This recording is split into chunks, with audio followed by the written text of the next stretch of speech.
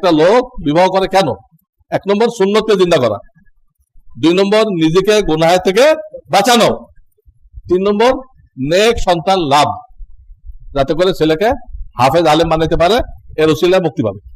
এই 3টা হলো মৌলিক নিয়ত।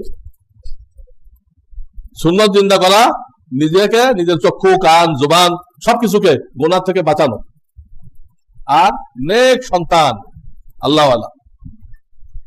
এই 3টা উদ্দেশ্য এরকম যে বিশ্ব সুন্দরী হলেও হইতে পারে যদি দিনদারি থাকে, আর যদি সুন্দরী কম হয়, একটু কালো হয়, শ্যামলা হয়, সেখানেও এই 3 উদ্দেশ্য পূরণ করা সম্ভব।